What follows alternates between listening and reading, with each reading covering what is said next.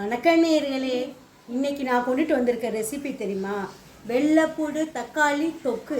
இந்த வெள்ளைப்பூடு தக்காளி தொக்கு வந்து எப்படி செய்யலாம் நம்ம வீடியோக்குள்ளே போவோம் வாங்க. அதுக்கு முன்னாடி சப்ஸ்கிரைப் பண்ணிடுங்க நேயர்களே. நம்மளுடைய தக்காளி வெள்ளைப்பூடு தொக்குக்கு ரெடி பண்ணி வச்சுருக்கேன் பாருங்களேன். என்னென்னு பாருங்களேன். இந்த வெள்ளைப்பூடை வந்து இந்த அளவுக்கு நல்லா ஃப்ரை பண்ணிடுங்க. அப்போ தான் நல்லா வாசமாக டேஸ்ட்டாக இருக்கும்.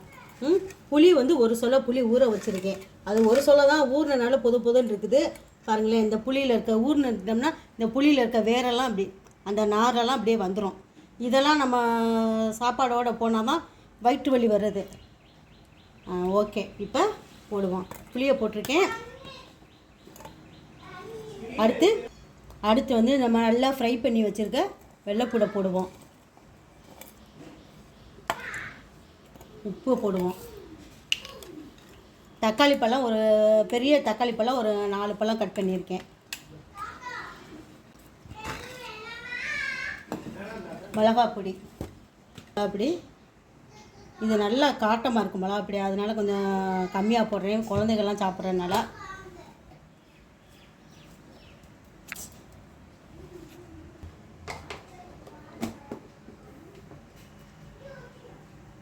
நல்லா 3 ஸ்பூன் நல்லெண்ணெய் ஊற்றிருக்கேன்.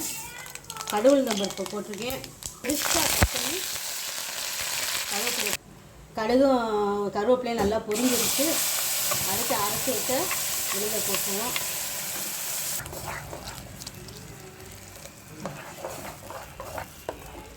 நல்லா சிம்மிலே வச்சுருவோம். நல்லா கொதிக்கட்டும், நல்லா பச்சை வாடை போகட்டும்.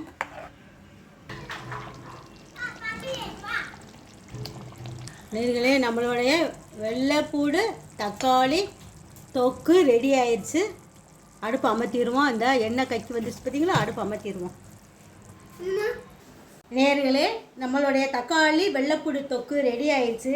இந்த தக்காளி வெள்ளைப்பூடு தொக்கு வந்து தயிர் சாதம், சாம்பார் சாதம், சப்பாத்தி, இட்லி, தோசை, கோதுமை தோசை, இதுக்கு எல்லாத்துக்கும் உகந்தது.